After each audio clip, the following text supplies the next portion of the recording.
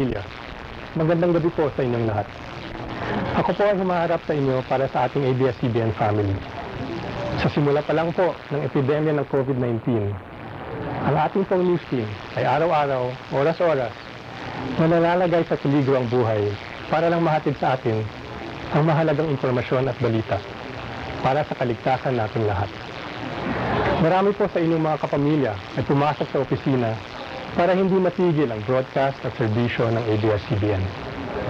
Sa umpisa pa lang ng lockdown at maraming Pilipino ang maaaring magutom dahil mawawala ng hanap buhay, inumpisan po natin agad ang pantawid ng pag-ibig.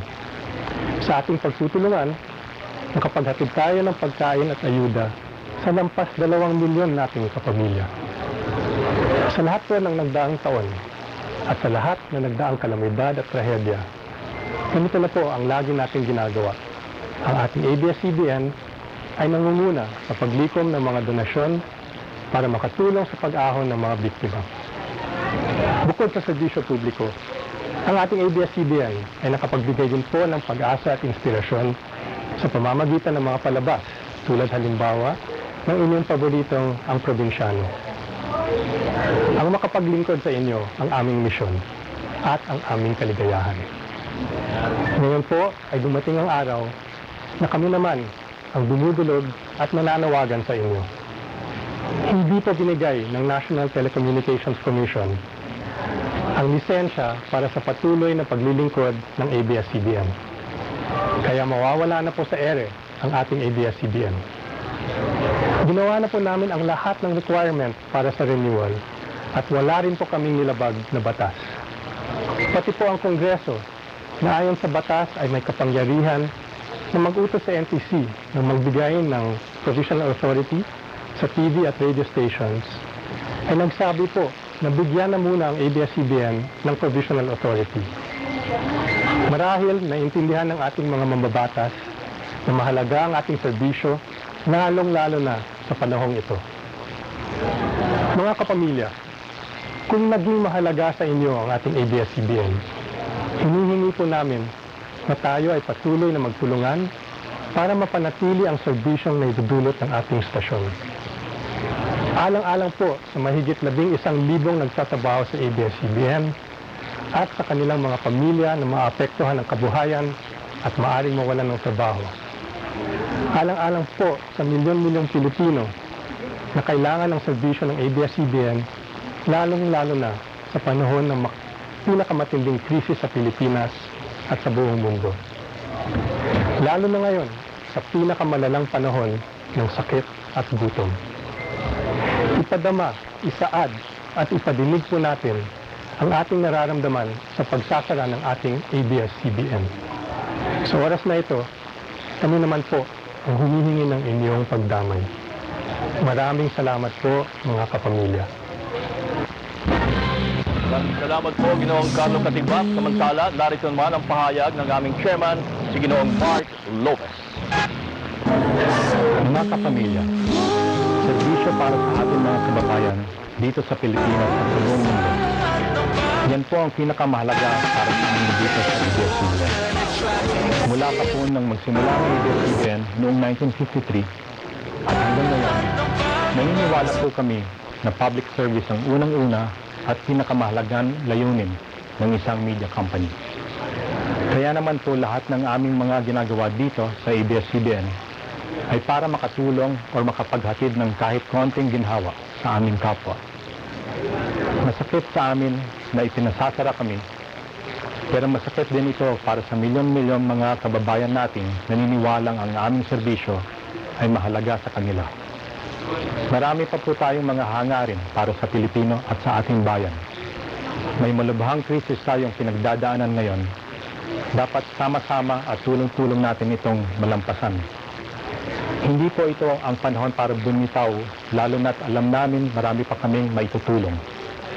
Samahan niyo po kami sa panalangin na muling ibalik ang ABS-CBN upang tuluyan kaming makapaglingkod sa pamilya at sambayanan Pilipino. Taus-puso po ang aming pasasalamat sa pagmamahal at suporta ninyo, mga kapamilya.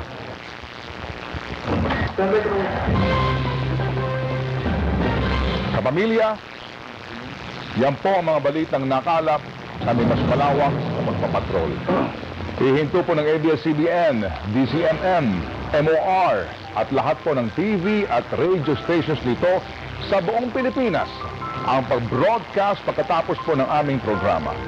Ito po ay alinsunod sa kautusan nga ng pagpapatigil po ng operasyon mula sa NTC o National Telecommunications Commission. Kinakailangan po lamang namin ng istasyon ng sapat na panahon upang maisaayos po ang pag-shutdown sa aming mga kagamitan. At maabisuhan din po ang aming mga tagapanood at mga tagapakinig. Mga kapamilya, patuloy kaming maglilingkod. Kahit wala po tayo sa ere sa Channel 2, mapapanood niyo pa rin ang aming mga balita sa teleradyo, ANC, news.abs-cbn.com at mga social media accounts ng ABS-CBN. Bayan, mga kapamilya, ilang dekada rin tayong nagkasama. Utang na loob namin sa inyo na tinanggap ninyo kami sa inyong mga tahanan gabi-gabi. Naging malaking bahagi na kami ng inyong buhay. Karamay sa mga panahon ng kalamidad at paghihirap. Kasabay namin kayo sa pagluha sa mga teleserye. Magkasama nating pinagbunyi ang tagumpay ng ating mga bayani, mga ordinaryong tao na nakagawa ng imposible. Sabay din nating pinanood na nabuo o mabuo ang kasaysayan sa pamamagitan ng TV Patrol at iba pang news and current affairs program. Isa pong karangalan na maging tagapaglahad ng inyong mga kwento at tagabantay sa mga nasa kapangyarihan. Karangalan po namin na maglingkod sa inyo, kabayan. Hindi man na-renew ang aming prangkisa at pinatitigil ang ating broadcast, nangangako kami sa inyo, hindi kami mananahimik sa pag-ataking ito sa ating demokrasya at sa malayang pamamahayag. Sa harap po ng pinakamaling dako at hamon sa aming kumpanya at sa aming mga hanap buhay, hindi namin kayo tatalikuran, kabayan. Mga kapamilya kami, tayo ang ABS-CBN. In the service of the Filipino, saan man sila naroon sa buong mundo.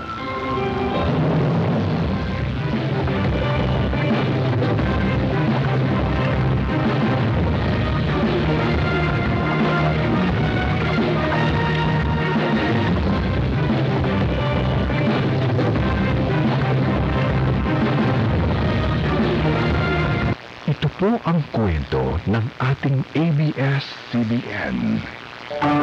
At priority nila kung paano mabuklod yung pamilya sa kabila ng mga pagsubok-subok. Everyone that's part of Showtime will continue to bring you happiness. Maraming salamat sa pamilya. I love you very much. Ang hindi magbabagong motto ng ABS-CBN ay in the service of the Philippines. The only reason for the existence of our business is to run the public service. Ang ginagawang proyekto po ng ABS-CBN ay malaking tulong po sa aming mga mahihirap.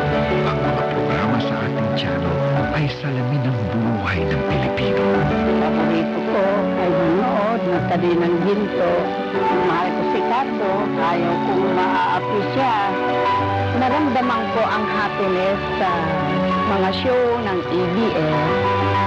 Ang abuti ng pangarap mo at nakabuti ang sarili mo. Ang news naman ng ABS-CBN ay siya pa rin pangunahing source of information ng Pilipino. Di pa matudaan sa usakalol. Pagsaka sa precious tips na dapat tandaan. Kapag may mga balita, tinatawag ko yung mga anak ko para mapanood nila at napapaliwanag ko rin sa kanila. Marami kaming napanood na ganyang incident sa TV Patrol. Na-apply naman namin yan kung paano kami trubabaho. Ang ABS-CBN ay katuwang din ng gobyerno sa iba't ibang uri ng serbisyo publiko. Kasama dito ang mabilis na pag-agapay sa mga biktima ng kalamidad at trahedya sa pamamagitan ng sakit kapamilya. Huwag tayong mawalan ng pag-asa. Katuwang ng pamahalaan sa edukasyon ng kabataan sa pagprotekta sa kaligtasan ng mga bata. Tinulungan ka po nilang lumaban. Tinulungan ka nilang i-discover mo kung sino ka. Sa pangangalaga ng kalikasan. Yung mga dinala at itinanim namin dito na dala ng ABS-CBN, napapakinabangan na po. Marami na po kami, may mga na-harvest na po kaming bunga dito. Sa pagbibigay ng kabuhayan.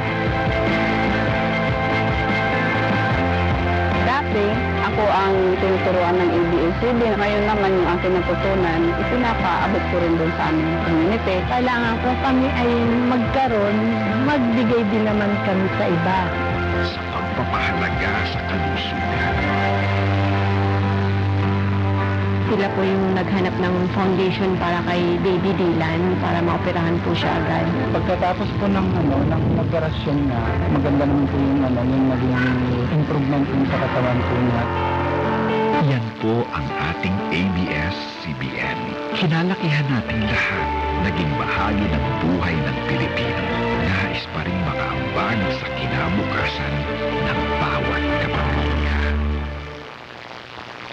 Maraming salamat po sa maraming taon na kami po ay inyong pinatuloy sa inyong mga tahanan. Maraming salamat po sa maraming taon na ating pinagsamahan. Hanggang sa muli, kapamilya.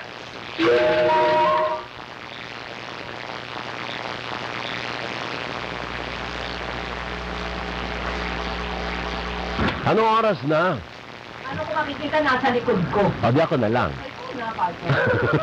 Wala kang mic. O sige, unmute nyo ako. Yan. Mapa-Zoom, mapa-studio, minumute nyo ako. Mainit ang ulo. Mainit ang ulo ko. Naka-sleeveless ka. Naka-sleeveless ako, mainit ang ulo ko. At ang baba ng mikropono ko. Bakit ganun? Parang dati, anong show dati? May ganyan show dati na showbiz eh. Oh? Yung gumagano yung mga guests. Kaya nga, hindi ba pwedeng itaas naman ito? Hindi, pwede yan. I-adjust natin mamaya. Magaling ka naman magtaas ng mga mic, di ba? Basta usapang mic, magaling ako dyan. Oras! Oras nga. Hindi ko makita. Ikaw na nga. 7:47 na ng gabi. Sa mga balitang pinagpiestahan, natural, may gusto kang sabihin. Sa mga maiinit na usapin, syempre, may nais kang iparating. Magkakaibang saloobin, masinsinang tatalakayin, hugot ng bawat panig, welang hihimayin.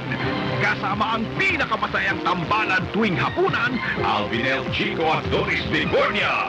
Suhestyon, reaksyon at opinyon. SRO. Maki-join sa kanilang puntahan. I-text, itawag, ipahayag ang inyong suhestyon, reaksyon at opinyon. SRO. RO.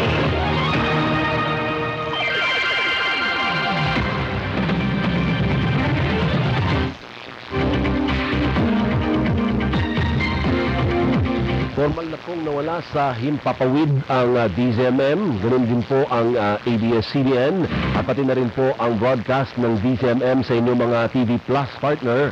Pero buhay na buhay po ang SRO sa teleradyo. Wala na yan.